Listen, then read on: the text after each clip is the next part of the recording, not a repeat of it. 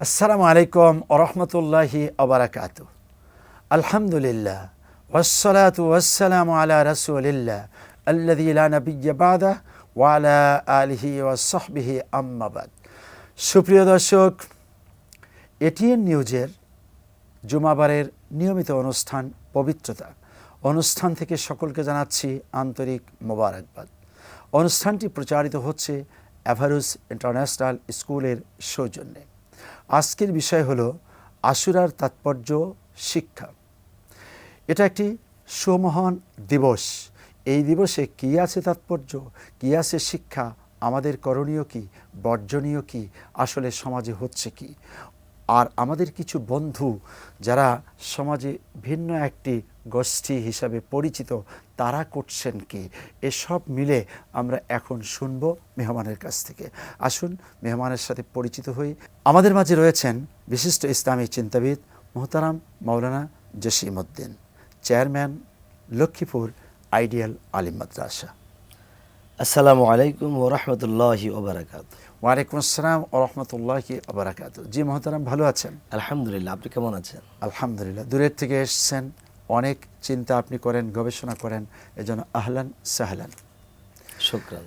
জি, আমরা যে চমৎকার বিষয়টি উপস্থাপনার চেষ্টা করেছি এ বিষয়ে আপনার কাছ থেকে জানব। প্রথম হলো আশুরার ফজিলত তাৎপর্য নিয়ে কথা বলবেন। আশুরা হলো আরবি ক্যালেন্ডারের আরবি হিজরি সনের প্রথম মাস, মুহররম মাসের 10 তারিখ আশুরা। এই আশুরা দিবস সম্পর্কে আমরা আরবি বৎসরের আরবি যত দিন আছে তার মধ্যে এত বেশি ঘটনাবহুল দিন আর কোনো দিন নাই। যেমন আমরা শবে বরাত, শবে কদর, ঈদুল আজহা, ঈদুল ফিতর, বিভিন্নটা এক একটা কারণেই গুরুত্বপূর্ণ। কিন্তু আশুরা হলো আরবি দিবসসমূহের মধ্যে যত দিন আছে সবচেয়ে বেশি ঘটনাবহুল দিনের মধ্যে একটা অন্যতম দিন হলো আশুরা, ইয়ম আশুরা। তবে একটি দিক হলো অন্যান্য দিবসের রাত্রির ফজিলত, কিন্তু আশুরার দিবসের ফজিলত।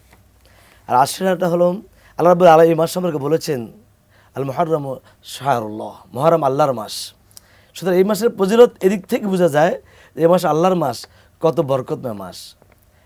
আশুরার ফজিলত সম্পর্কে, তাৎপর্য সম্পর্কে রাসূলুল্লাহ সাল্লাল্লাহু আলাইহি ওয়াসাল্লাম বলেছেন, যখন তিনি দেখলেন ইহুদিরা আশুরার দিন রোজা রাখছেন, তখন সাহাবা কেরামকে বললেন যে তাদের থেকে তো আমাদের এই দিবসের প্রতি গুরুত্ব বেশি দেওয়া উচিত। শুধু আমরাও আগামী বছর থেকে রোজা রাখবো, তবে একটি নয়, আমরা ইহুদিদের বিপরীত 2টি রোজা রাখবো। কারণ তারা মুসা আলাইহিস সালাম যে ফেরাউনের কবল থেকে বাঁচার কারণে যে শুকরিয়া সব রোজা রেখেছে, মুসা আলাইহিস সালাম আমাদের নবী, প্রিয় নবী মুহাম্মদ সাল্লাল্লাহু আলাইহি ওয়াসাল্লাম নিকটে এই ইহুদির থেকেও উনি আমাদের অনেক বেশি প্রিয়। আমরা 2টা রোজা রাখবো। এবং এই রোজার ফজিলত সম্পর্কে আল্লাহ রাসূল বলেছেন যে আশুরা রোজা, আমি আশা করি এর উসিলায় আল্লাহ রাব্বুল আলামিন এই যে ব্যক্তি রোজা রাখবেন তার পূর্ব এবং পরের 1 বছরের গুনাহ মাফ করে দেবেন। সুবহানাল্লাহ, মাশাআল্লাহ, আলহামদুলিল্লাহ। বিশাল বড় ফজিলাতের কথা বলেছেন। আপনার এই চমৎকার কথার সাথে দর্শককে একটা বিষয় একটু জানিয়ে দেয়া, তারপর মানে হলো যে আশুরায় অনেক ঘটনা ঘটেছে। এ ঘটনাটি কোরআন দ্বারা স্বীকৃত যে মুসা আলাইহিস সালামকে হত্যা করার জন্য ফেরাউন পিছন দিক থেকে তাড়াচ্ছিল। মুসা আলাইহিস সালাম সদল বলে তার লোকজন নিয়ে বর্তমান সুইচ প্রণালীর লোহিত সাগরের যেই জায়গাটি এসে দুটি মিলিত হয়েছে, এই জায়গা দিয়ে তিনি পার হবেন। কিন্তু পার হওয়ার জন্য না সাঁতার কাটতে জানেন, না সেখানে জাহাজের ব্যবস্থা আছে, না পার হওয়ার অন্য কোনো বাহন আছে। ঠিক সেই সময় তার হাতে ওই লাঠিটি ছিল যেটা তার শ্বশুর শুআয়ব আলাইহিস সালাম দিয়েছিলেন, আর যেটা ছিল আল্লাহ রাব্বুল আলামিনের পক্ষ থেকে একটি বিশাল বড় মুজিজা। আল্লাহ বললেন, তুমি এই লাঠি দিয়ে সাগরের উপরে আঘাত করো। আঘাত করলেন, আর সাথে সাথে প্রশস্ত 12টি বিশ্বরোড তৈরি হয়ে গেল। আল্লাহ।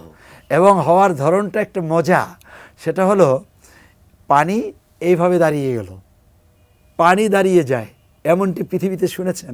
পানি এভাবে সোজা দাঁড়িয়ে গেল, আর এখান দিয়ে একটা রাস্তা, আবার পানি দাঁড়িয়েছে, এই পাশে আর একটা রাস্তা, পানি দাঁড়িয়েছে, এখান দিয়ে আর একটা রাস্তা, আবার এই রাস্তা দিয়ে তারা আনন্দের সাথে চলতেছে।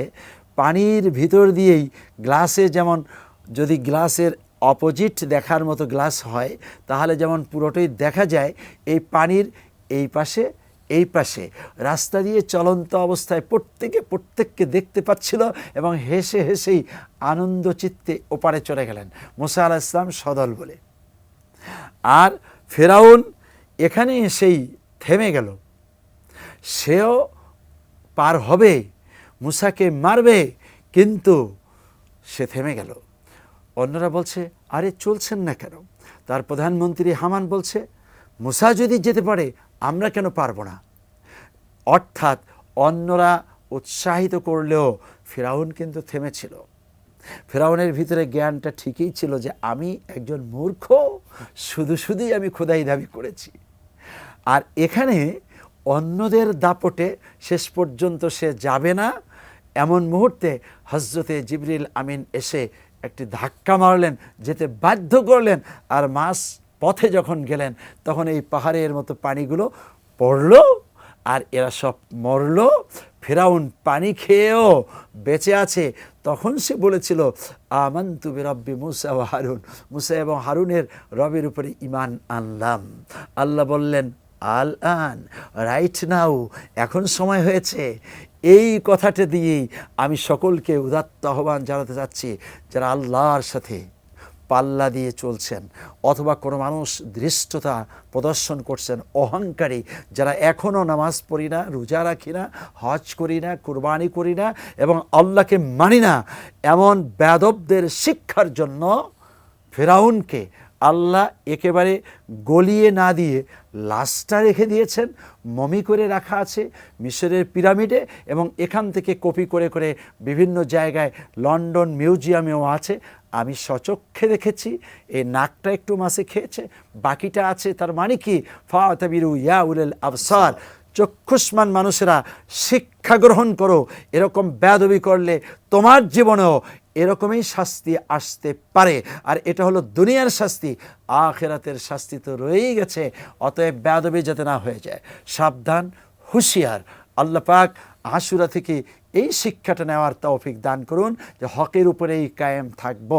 2 নম্বরের শিক্ষাটা হলো যে রাসূল সাল্লাল্লাহু আলাইহি ওয়াসাল্লাম বললেন, আনা মুস্তাহাক্কুম মিনহুম, তাদের থেকে আমি তো আরও বেশি অধিকারী যে আমার ভাইয়ের জন্য রোজা রাখবো, তবে খালিফু আল ইয়াহুদ, ইয়াহুদিদের খেলাফ করে। এবার আপনার কাছ থেকে আমি জানতে চাই, সংক্ষেপে এই মুহূর্তে আমরা বিরতিতে যাব, তার আগে আপনি বলুন তো, আশুরার শিক্ষাকে হকের শিক্ষা বলা হয় কারণ কি?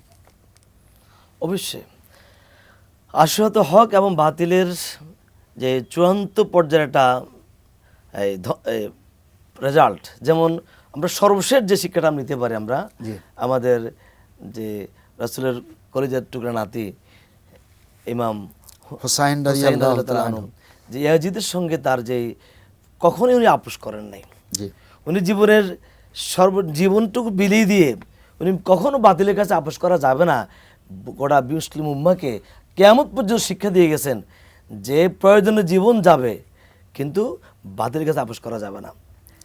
শুকরান, আসবো আবার আপনার কাছে।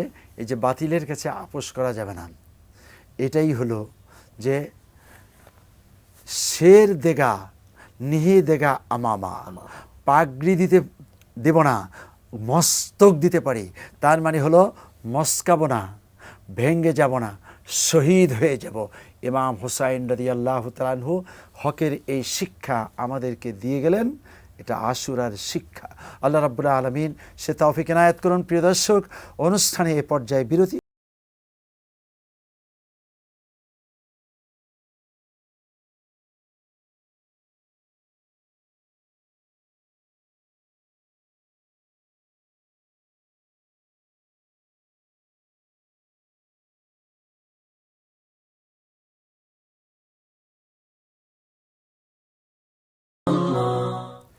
প্রিয় দর্শক, বিরতি থেকে ফিরে এলাম অনুষ্ঠানে, যাচ্ছি মেহমানের কাছে।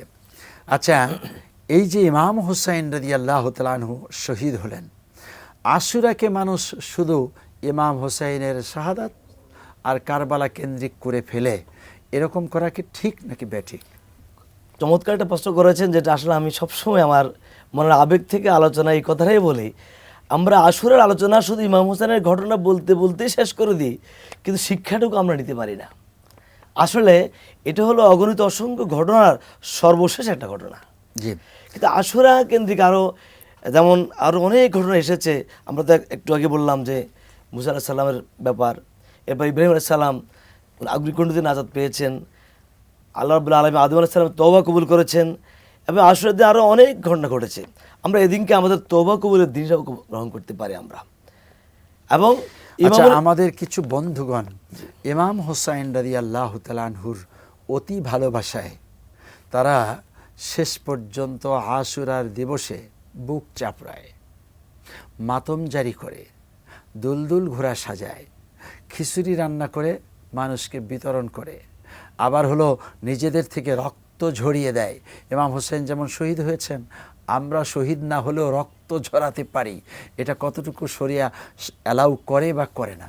আপনি যা যা বলছেন আশুরার বর্জনীয় কাজের মধ্যে সবগুলোই অন্যতম, যেগুলো একটিও ইসলাম অ্যালাউ করে না। এর সাথে আরও কিছু তারা করে থাকে, যেমন সবুজ জামা, লাল জামা পরে থাকে, এবং রক্তাক্ত করে থাকে, তাজিয়া করে থাকে। এ যা যা করে এগুলো আসলেই অতি বাড়াবাড়ি, এগুলো ইসলাম কোনোভাবেই এগুলো অ্যালাউ করে না। পাশাপাশি আরও একটা আছে যে ইমাম হুসাইন রাদিয়াল্লাহু তাআলা আনহু শাহাদাত বরণ করেছেন কারবালার প্রান্তে, আর তারই একটা মাজার তৈরি করা হয়েছে এই ঢাকা শহরে বকশীবাজারে। সেখানে একটা বিরাট ঘরের মধ্যে একটাই মাজার, সেটাই হাজার হাজার মানুষ ওই দিন যাবে এবং এইভাবে মস্তক নত করবে। এটাকে আপনি কোন দৃষ্টিতে দেখবেন? নাউজুবিল্লাহ, এটাতে কোনোভাবেই এ ধরনের শিরক, এত বড় শিরক এবং অন্যায় কাজ ইসলাম সাপোর্ট করতে পারে না। আর কোনো মুসলমান ঈমান থাকা অবস্থায় এই কাজ করতে পারে না। আর যারা এই কাজটা করে আমি মনে করি তাদের ঈমানের ব্যাপারে সন্দেহ আছে। বন্ধুগণ, এই যে মোহতারাম বলছেন, এর সাথে আমি এই শব্দটাও বলতে চাই। আপনি ইমাম হোসেনকে ভালোবাসেন, করছেন একটা শিরক। ইমাম হোসেন এই শিরকের বিরুদ্ধে, বাতিলের বিরুদ্ধে লড়তে যেই শেষ পর্যন্ত নিজে সহ ৭২ বা মতান্তরে ৭৩ জন ব্যক্তি শাহাদাত বরণ করেছেন। আপনি সেই শিরকটা করে তাকে ভালোবাসেন। কে বলেছে এটা ভালোবাসা? এটা ইমাম হোসেন যদি আজকে জীবিত থাকতেন, তাহলে ওখানে যেমন মানুষের গর্দান উড়াবার জন্য তিনি প্রস্তুত ছিলেন অন্যায়ের জন্য, ঠিক আপনার গর্দানটাও তিনি উড়িয়ে দিতেন, আর না হয় বলতেন তওবা পড়ো, খাঁটি মুসলিম হও। ২ নাম্বার হলো, এটা কেমন একটা পাগলামি।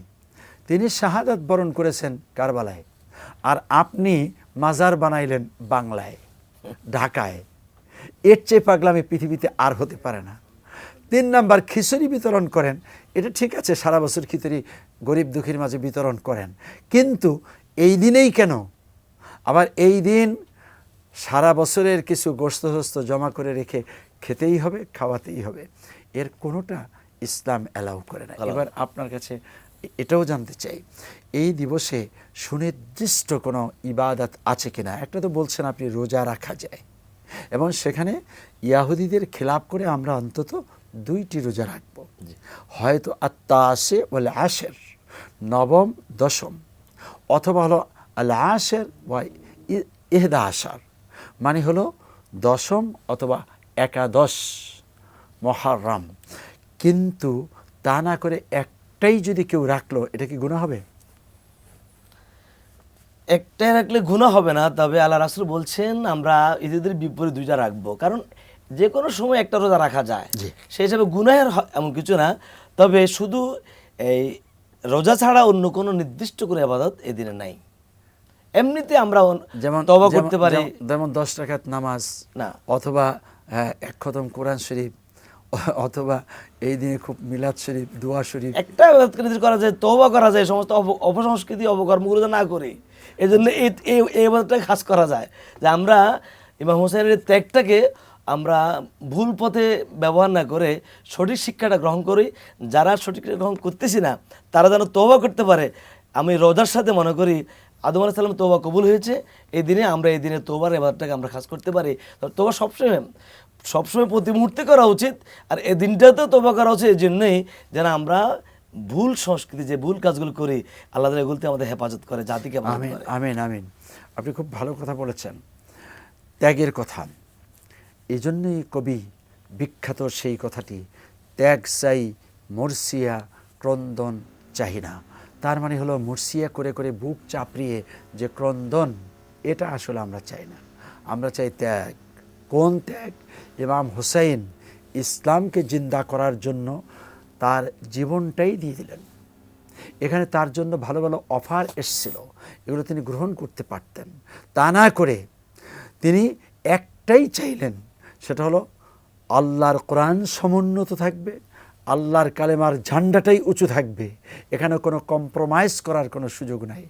রাসূলের নীতি সমুন্নত থাকবে, আপোষ করার কোনো সুযোগ নাই। ঠিক এই যে আপোষহীন হওয়ার কারণে বাতিলের পক্ষ থেকে আসছে আঘাত, মাথা পেতে নিলেন, একজন একজন করে ৭২ জন শহীদ হয়ে গেলেন। এমনকি তার শিশু সন্তান একটু পানি পানি করছিল, সেটাকেও তিনি এইভাবে ধরে বলেছিলেন যে সীমারের বাহিনী, তোমরা অন্তত এই শিশুর জন্য একটু পানি দাও। কিন্তু পানির পরিবর্তে তারা তীর নিক্ষেপ করেছে, আর শিশুর এই বুকের মধ্যে বিদ্ধ হয়েছে, আর পিছন দিক দিয়ে অনেকটা বের হয়েছে। এই তীর বিদ্ধ অবস্থাতেই ছটফট করে হাতের মধ্যেই শিশুটা দুনিয়ার থেকে বিদায় হয়ে গেল। আর তিনি স্ত্রীর কাছে বললেন, পানি চেয়েছো, এই নাও। শিশুকে তারা পানি দিয়েছে। তার মানে মৃত শিশুকে তীর বিদ্ধ অবস্থাতে স্ত্রীর হাতে তুলে দিলেন। ঠিক এই জায়গায়ও তিনি আপোষ করেননি, নিজের জীবনটা দিয়ে দিলেন। তারপরেও কোনো বাতিলের কাছে মস্তক নত করেননি। এই জায়গায় আমাদেরকে থাকতে হবে। জাল হাক্ক ওয়া জাহাকাল বাতিল ইন্নাল বাতিলা কানা জাহুকা। সত্য সমাগত, অসত্য অপস্থিত। আর ওই কথাটাই মনে রাখতে হবে যে ইসলাম জিন্দা হতা হয় হার কারবালা কি বাদ, মানে কারবালার মতো ন্যায়ের উপরে অটল থাকা। এ নিয়ে সর্বশেষ আপনার কাছ থেকে জানব, আজ পৃথিবীতে কারবালার কিছু মানুষের অপরাধের মতো হাজারো অপরাধী বিচরণ করছে, আমাদের করার কি? আমরা কারবালার ক্ষেত্রে শিক্ষা গ্রহণ করতে পারি। আজকে প্রতিটা দিন, প্রতিটা মুহূর্ত, প্রতিটা জায়গা, প্রতিটা মুসলমানদের রাষ্ট্র কারবালাকে সামনে রেখেই আমরা মনে করতে পারি আজকের দিন আমার জন্য কারবালার দিন শিক্ষা গ্রহণ করতে পারবো। আমাকে আজকের এই স্থানটা, আজকের দেশটা আমি কারবালার এই স্থান মনে করতে পারি। অর্থাৎ প্রতিটা মুহূর্তকে আমরা কারবালার শিক্ষাকে গ্রহণ করে আমরা অন্যায়ের বিরুদ্ধে, বাতিলের বিরুদ্ধে আমাদেরকে মাথা উঁচু করে দাঁড়াতে হবে। বাতিলের কাছে আপোষ করা যাবে না। কারবালার জন্য প্রস্তুত থাকতে হবে আমাদেরকে যে কোনো। শুকরান, জাযাকুমুল্লাহ, আপনি কষ্ট করে এসেছেন, ধন্যবাদ। প্রিয় দর্শক, যা শুনলাম মানার তৌফিক আল্লাহর কাছে চেয়ে আজকের মতো বিদায় নিচ্ছি। আসসালামু আলাইকুম ওয়া রাহমাতুল্লাহি ওয়া বারাকাতুহু।